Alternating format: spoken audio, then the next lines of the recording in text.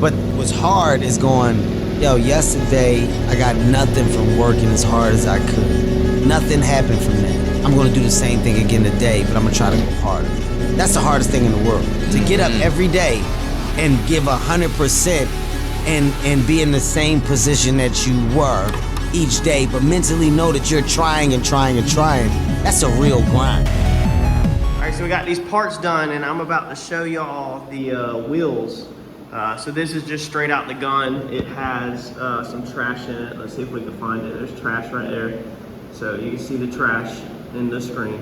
So definitely gonna need a cut and buff. If you look at the quality of this hood though, let's see here, right there. So you can see right there, that's almost like, and then you can see it stop right there, the reflection. It's almost like the manufacturer literally put a patch there. And even though we sanded this out slick, sometimes when you sand stuff out slick, you can still see imperfections buried underneath it. And then you can see right here, we move the light across it, you see that dent. This is fiberglass though. The camera's kind of hard to pick it up, but this whole hood is extremely wavy and paper thin. It's definitely not the quality of like mine and Randy's carbon hoods. You can see right here, okay, you see that? That's literally like just in the mold of the fiberglass.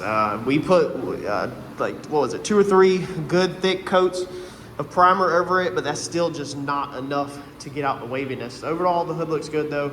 Parts look good. He definitely got a killer deal. I'm gonna let y'all determine and leave in the comments what you think. Walking off the street, this job would have probably been about $1,500 to $1,800 to paint all these parts. The color red is extremely expensive to do. And then dealing with this crappy of a hood, just trying to get it to this level, even though the job don't look great, but just to get it to this level still takes a ton of work.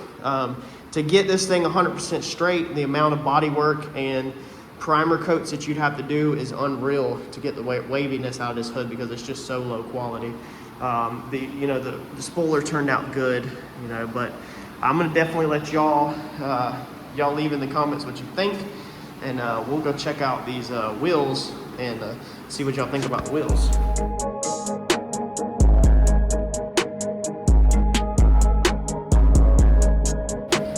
All right, here we go with the wheels. So we'll show y'all these whenever they're all on the truck, but you need to go check out Daniel's YouTube channel. I'm gonna drop the name of it right now on the bottom. He polished these wheels.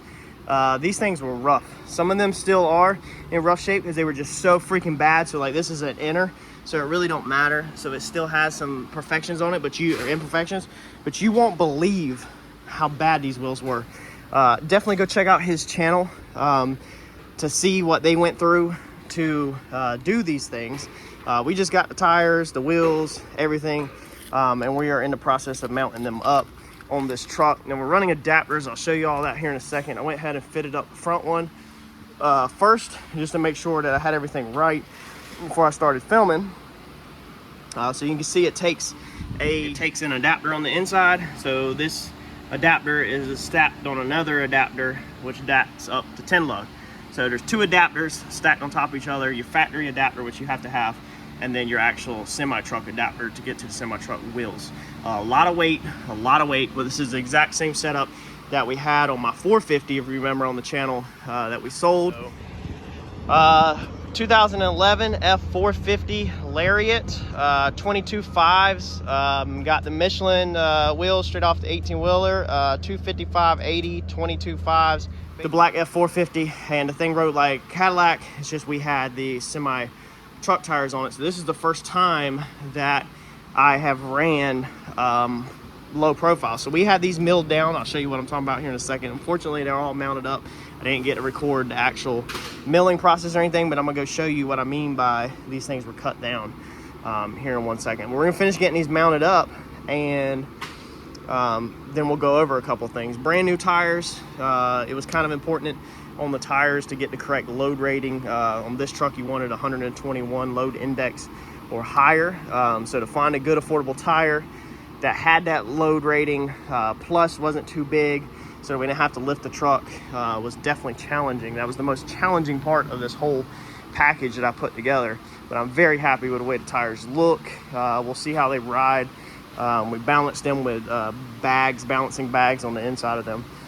So we'll see what everything looks like. We still got to do the center caps, the lug nuts, or the covers, and all that good stuff. But let's get this wheel off on this side, this little rinky-dink thing, and then we will put the adapters on, and I'll show y'all how that looks. Now that's your factory adapter on all dualies. All dualies have this adapter on the front.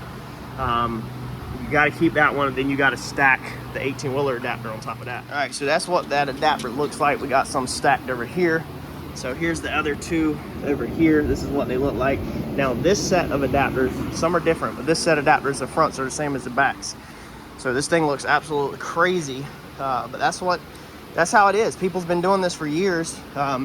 Your eyes are gonna catch way out here, you know, because you think you're gonna run way out, you know, you're adding out here, but you're actually only adding the thickness of this plate right here. So about 1/2 inch is all you're adding on top of everything.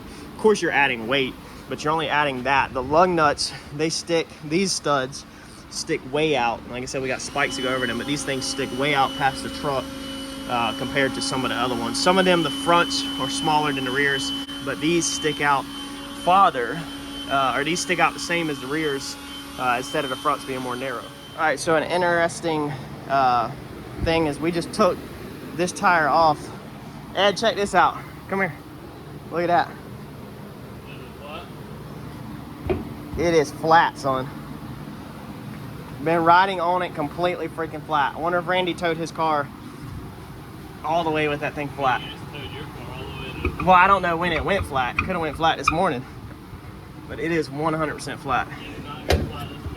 That is crazy. I don't know how long this thing has been flat. I guess there's really no way to know. But that's the only thing I hate about dualies, is that you don't ever know if the inners are flat if you don't have tire monitoring systems, unfortunately. So, oh, better put some adapters on first. Let's get the rear adapters on. And these things are so freaking heavy. This is solid steel. You can get these in aluminum, but aluminum is really expensive, and I bought these used.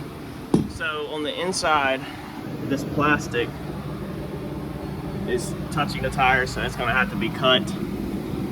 It's touching tires. So we're gonna take our Old Faithful trimming device. You can get this at your local parts store. This is really good for a lot of DIY projects and tasks. Come on, let's get the cut. All right, so that's very precise radius and cleared using our tire clearancing tool. So now let's get the outer one on. All right, so all we got left now is just to clean up these white letters. This truck does have, or these tires have white letters on it. It's one thing I love about them. Go ahead and get them washed up before they stain. And then we got to get the center caps cleaned up and put on tomorrow. I'm probably gonna call it quits for this afternoon.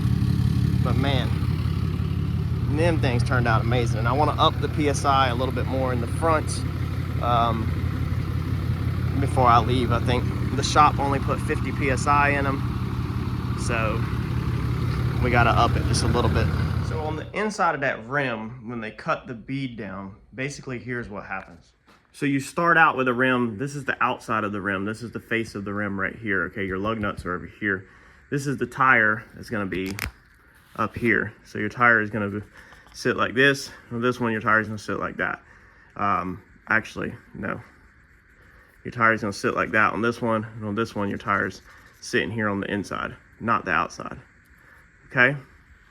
So on the 22.5s, it's kind of more curved. And then on a traditional tire, you have the wheel lip right here. They go in and they cut this 90 out of it so that a traditional tire can fit in there. So this is the reason why a normal 33 has nowhere, or normal 22 has nowhere to sit up in there, is because it's rolled and not cut. So what you do is they machine out this square so the tire bead can seat up in there like normal. I wish I would have been able to get more film on that, and I wish I would have been able to actually show it before I actually had them cut down, but unfortunately I did not. So I threw the spike lug nuts on here just to kind of see what I thought about it and to see if I actually like them. I don't like the spikes, so we're going to order normal center caps, or we're going to order the new center caps with the lug nut simulators that look like actual lug nuts, not spikes, because I really don't care for the spikes. But overall, I'm happy with it. So smash that like button. Y'all go check out Daniel's channel, see the kind of work that they put into these wheels to polish these up, and he can hopefully give you some helpful tips. Y'all let me know what you think on this. Would you put this mess on your truck, or would you just keep the factories on it? Thanks, y'all.